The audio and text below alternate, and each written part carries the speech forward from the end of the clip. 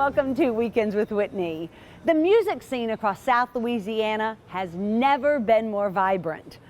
Here in the capital city of Baton Rouge, you can find live music venues 7 nights a week, even on a Monday. In fact, it was here at the Rue House on a Monday night that I caught up with a rare musician playing an even rarer instrument.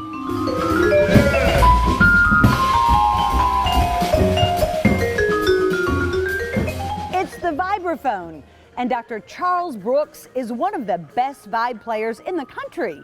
We'll show you how he does it and how he's teaching his talents to the next generation. Plus, meet international artist Rigsby Frederick, who does everything on a grand scale. I'll take you behind the scenes where he works his magic on everything from steel to stone. Then Dr. Nick shows us the importance of transitioning the child-parent relationship into adulthood for a bond stronger and healthier than ever.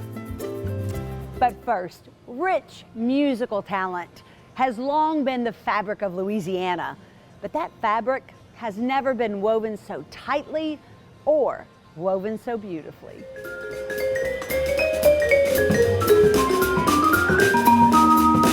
At first glance, you might think this is a xylophone, but it's a vibraphone. They're rare, and so are the musicians like Dr. Charles Brooks who play them. There's Mike Dillon in New Orleans and Jason Marcellus and myself. And then to find another vibist, you have to go all the way up to Boston or all the way over to Colorado. Unlike the xylophone, the vibraphone has pedals, which gives it a jazzier vibe. Plus, it can use synthesizers. There's only a few cats that are playing with the electrics because it is a hard instrument to play. The grip is much different from everything else you study in colloquial curriculum, and it takes some time to get used to. I just took to it. As soon as I did it, I was like, I'm in the water now and I'm fine. It's more versatile than most instruments, which makes it ideal to create Louisiana's musical style. If they do want a piano sound and they just need that timbre, I can turn it on piano and I can be the piano guy. Dr. Brooks teaches and mentors 22-year-old drummer Devin Trusclair. He says the vibe is a lot harder than it looks. I can play the vibes. Oh. I can play about 2 notes on the vibes. So technically, yes, I can play, but as well as him, nah, never. Yeah, it looks really... He's probably he is one of the best in the world. And I'm not just saying that because he's standing right there. But Dr. Brooks says music is much more than hitting the right notes. And fancy musical stuff, it's like in the gumbo, but it's not the main ingredient. The thing that ties that all together is the connection between the people. That's why 6 years ago, he became a professor at BRCC. He's built what is now possibly the best college entertainment and audio technology departments within an 800-mile radius of Baton Rouge. When I got here, because no one had been teaching this yet, all of this stuff was in boxes and we were all sitting on floors. He's grooming these students to be cutting-edge producers in the music, film, and video gaming industries. They have a large part of telling the story of the movie. Without the sounds, the story doesn't have the impact. William Desendorf came to BRCC to get a degree in business, but he hated it. When he took an audio class for fun, he found his passion. We came in here and we made like a minute-long movie, and for an entire semester we just worked on, and it's amazing how much work goes into just a minute of actual footage, like as far as movies and like sound stuff goes.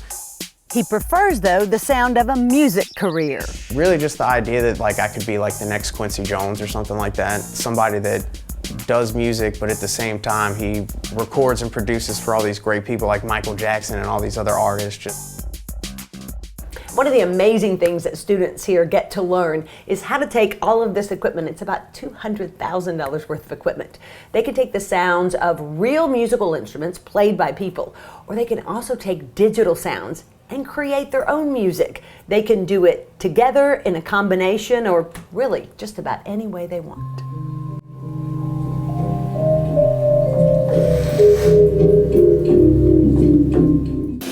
Even though Devin's a talented musician, he's getting an audio degree for options. That way, I won't have to play till I'm like 60. I can stop playing when I'm like 35 and pick up a real career, you know what I'm saying, that has actual benefits. Technology has advanced so much, music is now math. These days, everything is sampled from acoustic instruments and then recreated mathematically. So you get, like for instance, listen to the flute sound here. That sounds like a real flute player, yes. But it's not. It's me with a keyboard. And it's only because I know how the flute is supposed to sound. I don't play the flute. If I just solo those tracks, see, you can tell that's not exactly real now. But see, I can't. That's because you hear the breath noise. We figured out a way to mathematically mimic that as well. They're called attack transients, and every instrument has them at the beginning of every musical tone.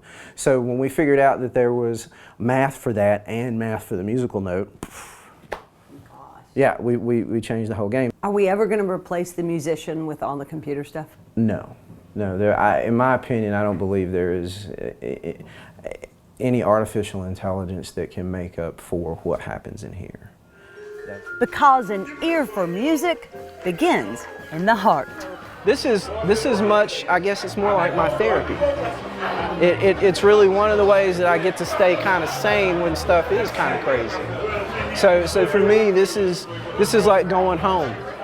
What a wonderful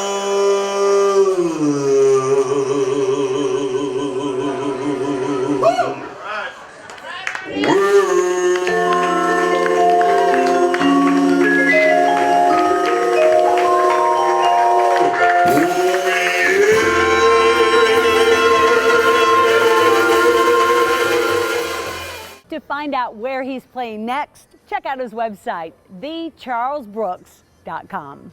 And still to come on Weekends with Whitney.